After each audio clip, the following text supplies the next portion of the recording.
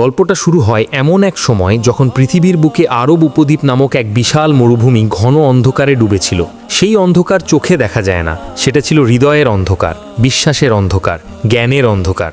আরবরা সেই সময়কে নিজেরাই পরবর্তীকালে বলেছে আইয়ামুল জাহিলিয়া, অজ্ঞানতার যুগ। এই নামটি তারা নিজেদের পূর্বপুরুষদের জন্য দিয়েছে, কারণ তারা বুঝতে পেরেছিল যে সেই যুগে মানুষ কতটা গভীর অন্ধকারে নিমজ্জিত ছিল। সেই আরব ভূমিতে কাবাঘর দাঁড়িয়েছিল। হজরত ইব্রাহিম আলাহিসাল্লাম ও তার পুত্র ইসমাইল আলাহিসাল্লাম এই ঘর নির্মাণ করেছিলেন এক আল্লাহর ইবাদতের জন্য।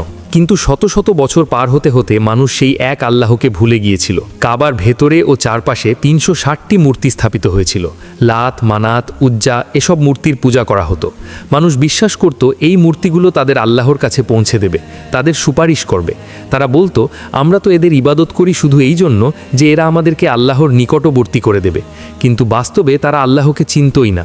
তারা জানতো না আল্লাহ কেমন, তার গুণাবলী কী, তিনি কি চান, তার কাছে কিভাবে পৌঁছাতে হয়। তারা নিজেদের মন গড়া বিশ্বাস ও রীতিনীতি তৈরি করে নিয়েছিল। তাদের মধ্যে কেউ কেউ ফেরেশতাদের আল্লাহর কন্যা বলতো, কেউ জিনদের পূজা করত, কেউ তারকার পূজা করত, কেউ আগুনের পূজা করত। সেই সমাজে নৈতিকতার চরম অবক্ষয় ঘটেছিল। কন্যা সন্তানকে জীবন্ত মাটিতে পুঁতে ফেলা হতো শুধু এই অপমান থেকে বাঁচতে যে তার একটি কন্যা আছে। গোত্রে গোত্রে রক্তক্ষয় যুদ্ধ চলত।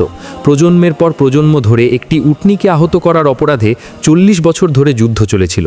ইতিহাসে যা হারবুল বাসুস নামে পরিচিত। সুদ, মদ, জুয়া, ব্যভিচার সব কিছু সমাজের স্বাভাবিক ছিল। দাসপ্রথা ছিল নিষ্ঠুরতম রূপে। দরিদ্র দুর্বলদের কোনো অধিকার ছিল না। শক্তিশালীরা দুর্বলদের ওপর অত্যাচার করত, আর এটাকে তারা গৌরবের বিষয় মনে করত। এই ছিল সেই পৃথিবী যেখানে মানুষ পথ হারিয়ে ফেলেছিল। তারা জানতো না সঠিক পথ কোনটি, তারা জানতো না কার কাছে সাহায্য চাইতে হবে, তারা জানতো না কিভাবে জীবনযাপন করতে হয়। তারা ছিল অন্ধকারে নিমজ্জিত, এবং সবচেয়ে ভয়ঙ্কর বিষয় হলো তারা জানতেও না যে তারা অন্ধকারে আছে। মক্কা নগরী ও কুরাইশ বংশ। মক্কা ছিল আরব উপদ্বীপের হৃদয়। কাবাঘরকে কেন্দ্র করে এই নগরী গড়ে উঠেছিল। কুরাইশ বংশ ছিল মক্কার সবচেয়ে সম্মানিত ও ক্ষমতাবান গোত্র। তারা কাবাঘরের তত্ত্বাবধায়ক ছিল। হজের মৌসুমে আরবের বিভিন্ন প্রান্ত থেকে মানুষ আসত কাবায়, এবং কুরাইশরা এই সুযোগে ব্যবসা করত, প্রভাব বিস্তার করত। কুরাইশ বংশের মধ্যে বনু হাসিম ছিল একটি সম্ভ্রান্ত শাখা। আব্দুল মুতাল্লিব ছিলেন এই শাখার প্রধান, সম্মানিত, প্রভাবশালী এবং মক্কার অন্যতম নেতা। তার পুত্র আবদুল্লাহ ছিলেন অত্যন্ত সুদর্শ ও সৎ যুবক।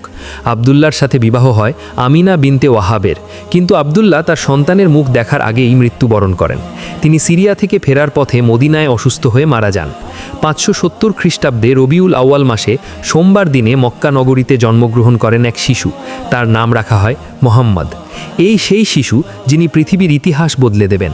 এই সেই শিশু যার কাছে আসবে সূরা আল ফাতিহা, যা হবে মানব জাতির জন্য এক চিরন্তন পথনির্দেশ।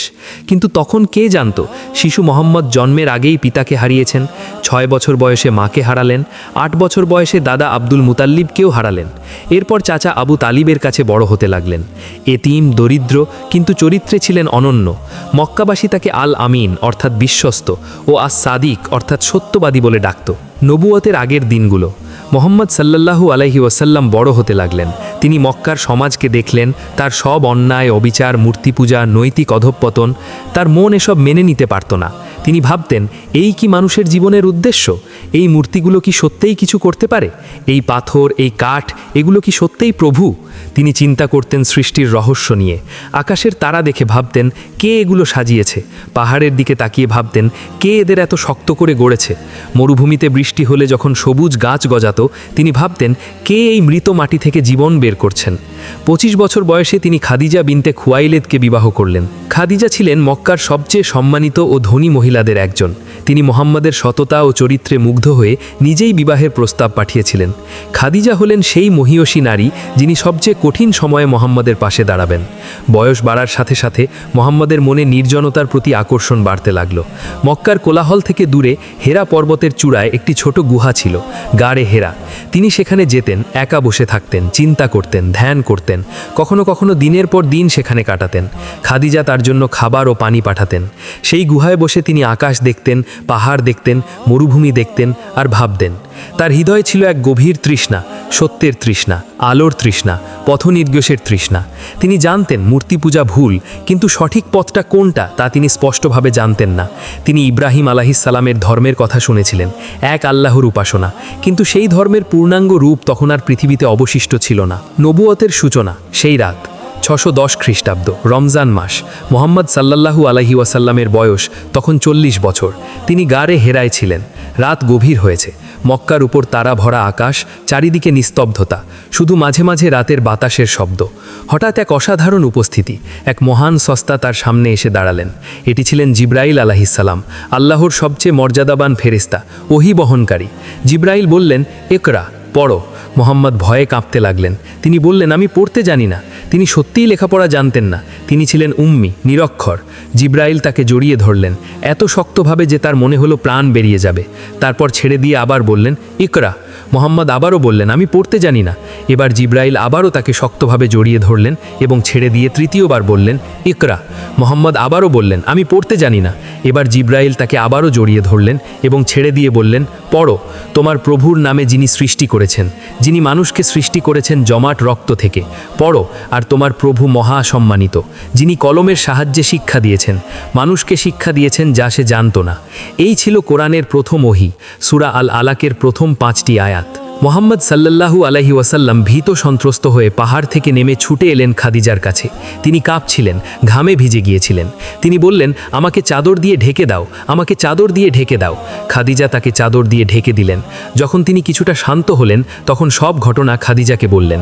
তিনি বললেন, আমি আমার নিজের ব্যাপারে ভয় পাচ্ছি। খাদিজা, সেই মহিয়সী নারী, তাকে সান্ত্বনা দিলেন। বললেন, কখনোই না, আল্লাহর শপথ, আল্লাহ আপনাকে কখনো অপমানিত করবেন না। আপনি তো আত্মীয়তার সম্পর্ক রক্ষা করেন, অসহায়দের বোঝা বহন করেন, নিঃস্বদের সাহায্য করেন, অতিথিকে সম্মান করেন এবং সত্যের পথে বিপদে সাহায্য করেন। খাদিজা তাকে নিয়ে গেলেন তার চাচাতো ভাই ওয়ারাকা ইবনে নওফালের কাছে। ওয়ারাকা ছিলেন একজন বৃদ্ধ খ্রিস্টান পণ্ডিত, যিনি হিব্রু ভাষায় ইঞ্জিল অনুবাদ করতেন। ঘটনা শুনে ওয়ারাকা বললেন, এটি সেই নামুস, গোপন বার্তাবাহক, জিব্রাইল, যাকে আল্লাহ মুসার কাছে পাঠিয়েছিলেন। আহা, যদি আমি সেদিন জীবিত থাকতাম, যেদিন তোমার সম্প্রদায় তোমাকে বের করে দেবে। মোহাম্মদ অবাক হয়ে জিজ্ঞেস করলেন, তারা কি আমাকে বের করে দেবে? ওয়ারাকা বললেন, হ্যাঁ, যেই এই রকম কিছু নিয়ে এসেছে তার সাথেই শত্রুতা করা হয়েছে। ওহী বন্ধের সময়কাল ও নতুন আলোর আগমন। প্রথম ওহীর পর কিছু সময়ের জন্য ওহী বন্ধ হয়ে যায়। এই সময়কালকে বলা হয় ফাতরাতুল ওহী, ওহীর বিরতি। এই সময়টা ছিল মোহাম্মদ সাল্লাল্লাহু আলাইহি ওয়াসাল্লামের জন্য অত্যন্ত কঠিন। তিনি অপেক্ষা করতে লাগলেন, সেই ফেরেশতা কি আবার আসবেন? সেই আওয়াজ কি আবার শোনা যাবে? তার মনে নানা প্রশ্ন, নানা দ্বিধা। তারপর ওহী আবার শুরু হলো। এবার নাজিল হলো সূরা মুদ্দাসির। হে চাদরে আবৃত, ওঠো, সতর্ক করো, তোমার প্রভুর শ্রেষ্ঠত্ব ঘোষণা করো। এবং এভাবে ধীরে ধীরে কোরআন নাজিল হতে লাগলো। আয়াতের পর আয়াত, সূরার পর সূরা, প্রতিটি ওহী যেন এক এক ফোঁটা আলো, যা অন্ধকার পৃথিবীকে আলোকিত করতে শুরু করলো। এই পরিক্রমায় নাজিল হলো সূরা আল ফাতিহা। সূরা আল ফাতিহার নাজিল হওয়ার মুহূর্তটি ছিল এক অসাধারণ মুহূর্ত। জিব্রাইল আলাইহিসসালাম মুহাম্মদ সাল্লাল্লাহু আলাইহি ওয়াসাল্লামের কাছে এলেন এবং বললেন যে আল্লাহ তাকে এমন একটি সূরা দিচ্ছেন যা এর আগে কোনো নবীকে দেওয়া হয়নি।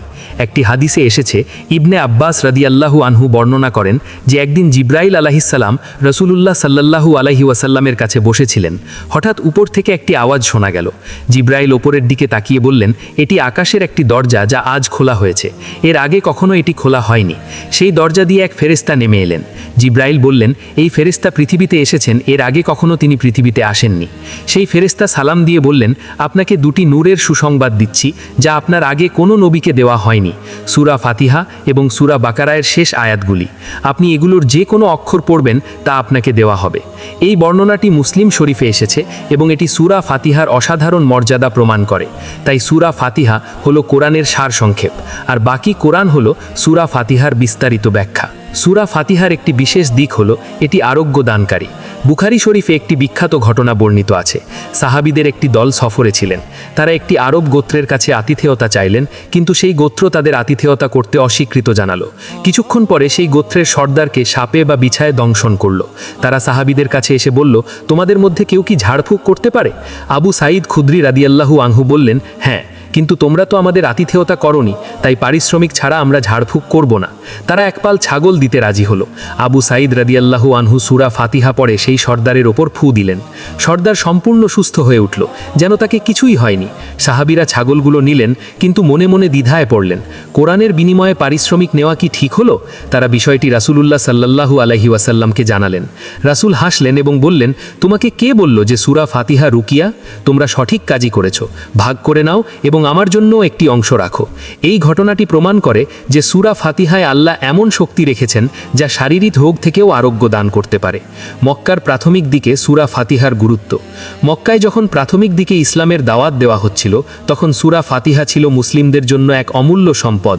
সেই কঠিন সময়ে যখন মুসলিমদের ওপর অত্যাচার চলছিল, যখন বিলালকে গরম বালুতে শুইয়ে পাথর চাপা দেওয়া হচ্ছিল, যখন ইয়াসির পরিবারকে নির্যাতন করা হচ্ছিল, যখন মুসলিমরা শিয়াবে আবু তালিবে অবরুদ্ধ ছিল, তখন সূরা ফাতিহা ছিল তাদের সান্ত্বনা, তাদের শক্তি, তাদের আশা।